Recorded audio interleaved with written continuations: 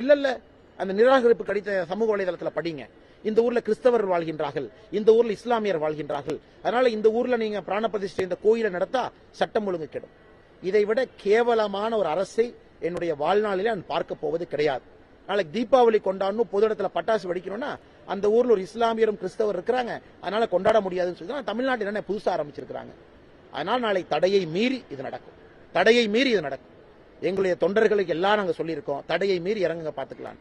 எல்லாம் ஒரு அளவுக்கு தானே பொறுக்க முடியும். அரசுங்கிறது ஒழுக்கமா நடந்தா தான் அரசுக்கு மரியாதை. அரசு ஒழுக்கமா நடந்துக்கலினா அரசுக்கு மரியாதை கிடையாது. நாங்க அதில் மிக தெளிவாக இருக்கின்றோம். நாளைக்கு நடப்பது மரியாதையாக, அரசுக்கு எந்தவித பிரச்சனையும் வரக்கூடாது என்பதற்காக முறையாக அனுமதி கடிதம் கொடுத்து கண்டிஷன் நீங்க போடுங்க. பொது இடத்துல கொண்டாடாதீங்க, கொண்டாடல. கோவிலுக்குள்ள கொண்டாடுறதுல என்ன பிரச்சனை?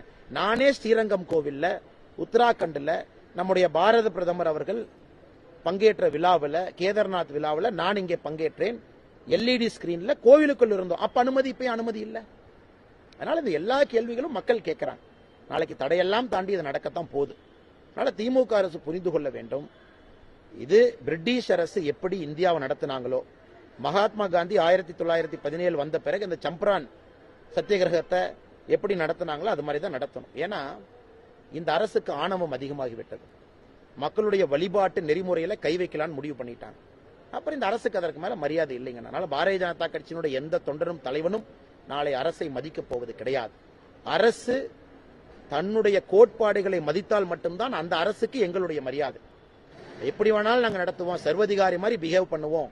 ஆனா குடும்ப விழா மாதிரி திமுக வந்து சேலத்தில் நடத்துவாங்க, அதற்கெல்லாம் அனுமதி இருக்கும், மக்களுக்கு தொந்தரவு இருக்கும்.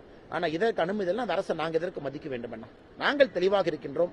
நாளை தமிழக மக்கள் எல்லா கோவில்லையும் வந்து பங்கேற்க போறாங்க, வீட்டுல தீபம் ஏற்ற போறாங்க. எல்லோரும் இந்த முக்கியமான பிராண பிரதிஷ்டை நிகழ்வில் தமிழகம் மிக விமரிசையாக பங்கேற்கும் என்பதிலே மாற்று கருத்து இல்லை. அதை பாரதிய ஜனதா